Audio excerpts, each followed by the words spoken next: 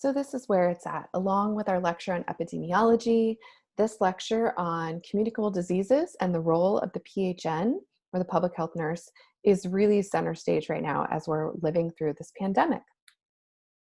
So I want you to be very clear on the 4 different types of immunity that we can acquire. There is active immunity, and passive immunity. So active immunity in a natural way is when you just get sick and you build up an immunity to something because your antibodies have been produced against that certain antigen. And then there's acquired active immunity where we actively give ourselves some sort of version of a certain antigen that then triggers an immune response and gives us immunity. So those are the 2 active ways, and it is generally thought that active immunity is long-term, often lifelong protection from the agent. There are 2 ways of passive immunity. So there's natural and acquired again, and these 2 are listed here either through the maternal-child exchange in the placenta. So this would be in utero, or through the active giving of immune globulin, where you're actually giving someone the antibodies. So in the active case, we are actively creating an antibody response to the antigen, and in the passive cases, we are providing the actual antibodies that give us immunity. So please make sure, if you want to learn more, that you click on the link below to learn more from the CDC's website. And also on the next slide, I'll just briefly go over vaccines. And please make sure you read the CDC fact sheet that is assigned for the week as well to go along with this. But basically, I want you to be familiar. The fact sheet goes over this, what these different types of vaccines are. And then at the end of our module for the week, I have a really great New York Times article that goes into a little bit of detail about each of the different types of vaccines that are currently being developed for coronavirus. And so you can see examples just in the different types of vaccines that we have for coronavirus of what this fact sheet talks about with other vaccines as well. So I just want you to be very familiar with how vaccines are created, the different ways that they're created, and pros and cons for different types, why we would want to use different types. Certain people would not want to have certain types of vaccines. So please learn more about that on your own. I also want you to be familiar with this term herd immunity. You may already be familiar with it, and here is the CDC definition. It's linked below, but this is especially something that we're talking about a lot in the sense of how can we have hope for our pandemic to eventually subside. And there are 2 ways. One is that we get a vaccine and that we all achieve immunity that way. And the other is that we achieve herd immunity through, herd immunity can be achieved through vaccination, so through mass vaccination, or it can be achieved naturally, where we are all acquiring the disease and building up our own antibody response to that, our own immune response. And it's really, really important that we have herd immunity in our society from fatal communicable diseases, because there are small pockets of our population, such as immunocompromised individuals or babies in some cases, who are not able to receive all the vaccines. And so if the majority of us, usually 90% or more, have immunities to a certain disease, then we can essentially protect those who aren't able to get that proper immunity.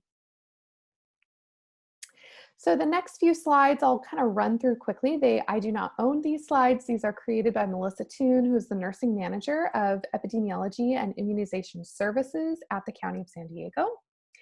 And so she just basically talks about all the different things that public health nurses do within her branch. They're investigating reportable communicable diseases, which I'll go over in a second. They manage a Hep B prevention program for moms and babies. They deal with all of our vaccine management. So every fall, we are looking to the county to help us train for flu vaccination clinics and handing out those vaccines, et cetera. We also have to send in weekly reports to the county with our about our vaccinations and where they've gone.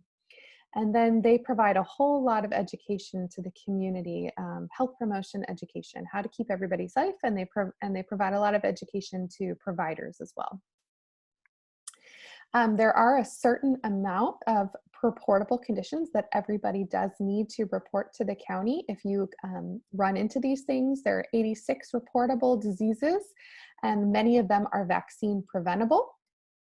And so these are just showing you pictures of different reportable conditions and listed by the year. These are the vaccine preventable diseases. And I have at the bottom, and now coronavirus. Now, coronavirus is not vaccine preventable, but this is a new reportable disease that our labs are immediately reporting upon positive findings to the county so that they can conduct contact tracing. So just want to stop here, and I think it's important for you to take a look at this graphic, basically showing how immunizations are one of the top 10 greatest public health achievements. It's pretty incredible to see pre-vaccine era what our estimated annual morbidity was, and then how many recent reports of cases we have now. Diphtheria, 0.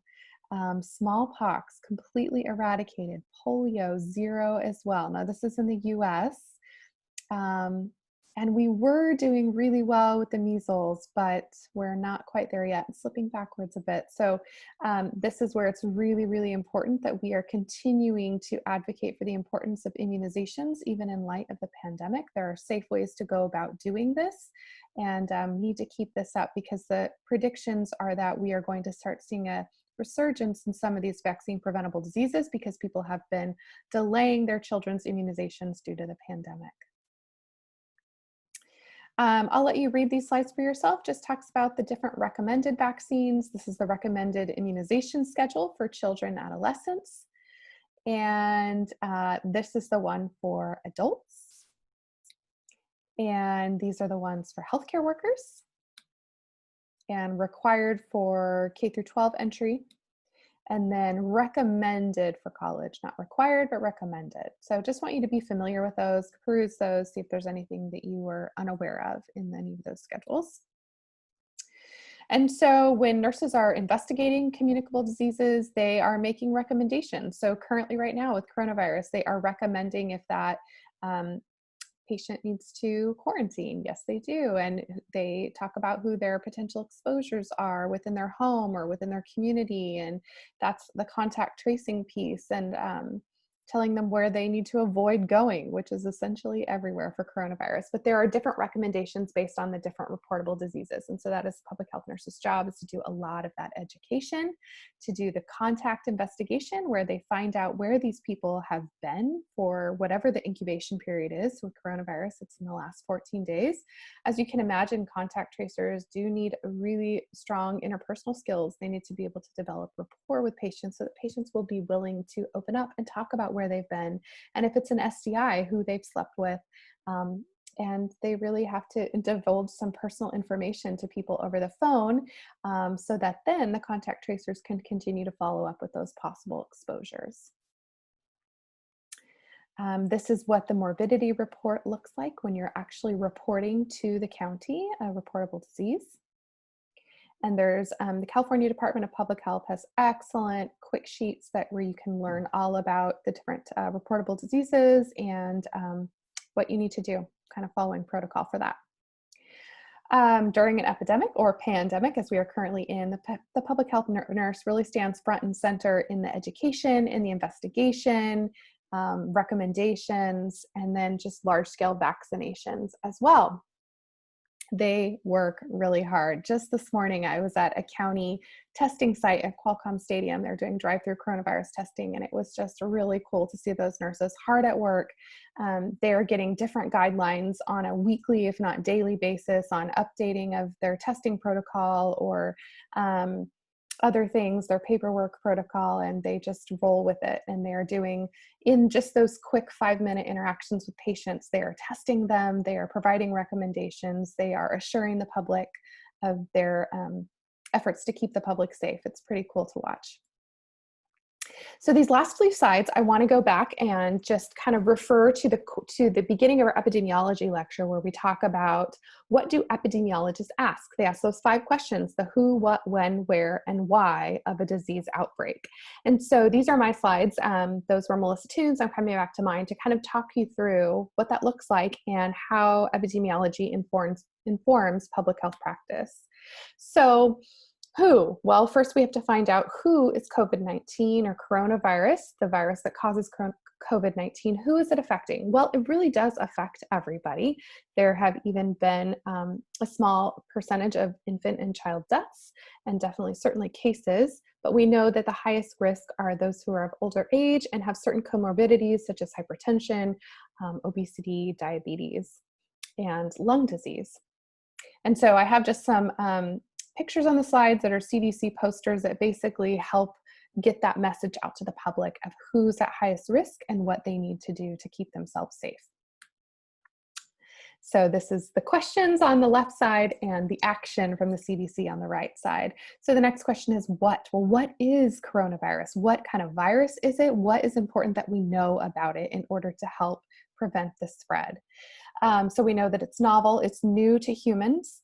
It has an incubation period. We've talked about this before of 2 to 14 days. That is incredibly important when we're making recommendations for quarantining and looking at potential exposures. We know that it's droplet transmission essentially, and so that's really important and what has helped guide our use of mask wearing and 6 feet apart for social distancing. We know that there's no vaccine and no cure yet, and it's mainly symptom management and trying to prevent the progression to a fatal illness. And so, as I'm sure you've heard, there's been a lot of experimental treatment, medication-wise, that has come out. There's convalescent plasma. There's hydrochloroquine was used for a while. There's recent talk of steroid use. Definitely blood thinners, and so lots of other things are currently being trialed to try to prevent the severe progression, what's often referred to as the cytokine storm, which can lead to permanent lung damage and often death on a ventilator at very high settings. And then we ask, where is COVID-19 happening? So where are the most high-risk settings?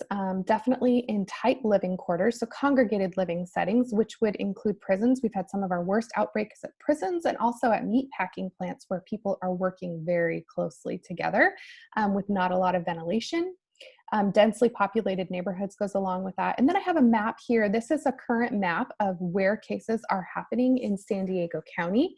And it's really important to note that these are often occurring in high amounts in low income areas and close to the border, which we know is related to the frequent travel of US citizens back and forth from San Diego to Mexico. And so this is really important to help us, again, hone in on where we need to put our testing sites, where we need to focus our resources, and how we can better understand the spread if we're looking at where it's occurring most often.